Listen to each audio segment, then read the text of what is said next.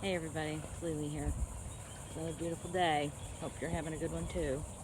Just want to make sure you guys are remembering to look around you and take stock of what's happening. I'm here with these gorgeous osprey just chirping. I don't know if you want to call it chirping because they're like the eagles. Do eagles chirp? But they're the most beautiful birds that I see all the time when I'm out walking. They're hunters and they hunt in pairs often, and they have these big gorgeous nests on the top of the um, telephone poles and street lights and stuff. And they're just magnificent, but they're also very family oriented, and they're very practical in their approach to life, and they seem very calm and happy and strong and at the top of their food chain for their species.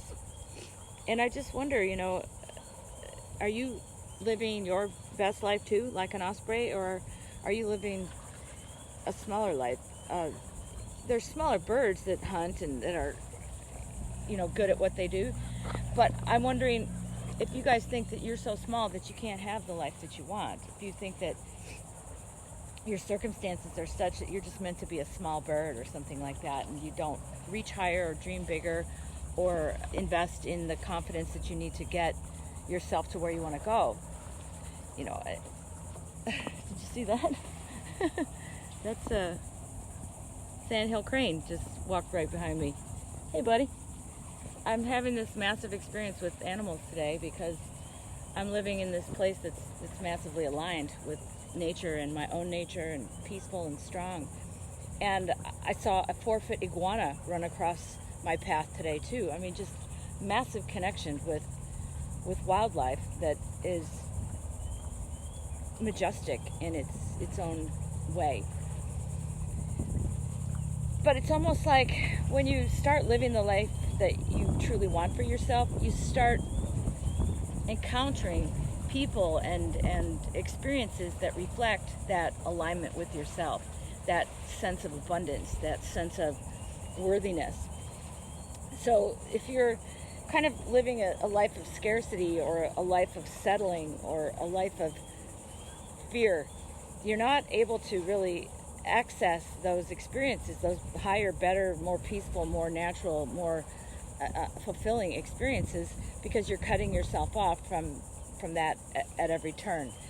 If you're spending most of your day going, I can't do that, I just give up, oh, stop talking to me about that, oh, I don't want to hear that, maybe you can do that but I can't, or that person's a movie star, of course they have a different life than I do, or they were born with a silver spoon in their mouth and they learned early on how to be successful and I never did, and I am okay. My life is okay. I've got lots to be thankful for. Let me count my blessings. And I'm not saying don't count your blessings, but I'm just saying don't stop there. You don't have to settle for what you have now. Life is a process of expansion, and we're in it to grow and learn and expand and live and love and enjoy life. Life is supposed to be fun. But I'll tell you something, it's really hard to have fun when you have an active food addiction. It's almost impossible because your whole life is taken up by your addiction. It's taken up by fighting your addiction. It's taken up by fighting the consequences of your addiction, whatever that may be, whether it's type 2 diabetes or obesity or heart disease or an inability to move around, you're immobile even. I work with a lot of people who just have given up on having anything that they want, and they've resigned themselves to sickness or dis-ease or a lack of health. And I'm here to tell you, you've got to live a right-sized life for you. And if you're going to dream small, then your life is probably going to be small, and your satisfaction with yourself in your life is going to be correspondingly small. So think about that, guys. If your food addiction is running your life, maybe it's time to make a change and use the rest of the time that you have on this earth to kind of take stock of what it is that you want to be, who it is that you want to be living as, and what shape you want to be living in, what kind of body you want to feel good or not feel good in. This is completely within your control. And that's the part that I'm trying to talk to you about today. If you're feeling that you're out of control, it's because you have an active food addiction. You cannot get there from there. You just can't fix that. You can't fix the rest of your life until you fix that first. It's running your life. So think about that. You can change it, but it's up to you to make a choice and decide how long you want to suffer. Do you want to keep suffering? Do you want to keep, you know, doing what you always did? Do you want to keep living the same life that might be a lot smaller than the one you really want? And therefore you're continually separated from your sense of fulfillment and happiness. It's good to be okay with where you are, but if it's not where you want to stay, then don't stay there. Don't stay there. You don't have to stay there. It's your life. You can make room for new stuff. You can get up and change. That is the coolest thing. You are free to change. So I will leave you that and ask you guys if you're living the best life that you can live. If you want to live a better life or try to find a way to break your food addiction, give me a call. Watch my free training if you want. There's a link to it in the group. It's always with the new member welcome notice. And then there's also a way to talk to me directly if you want to. You can call me and we can discuss what's going on with you. I'm going on vacation pretty soon, so if you want to get with me before I go, because I'll be offline for a while I'm traveling. But, you know, just go to my website, crushingcravings.com/talk, and you can get on my calendar.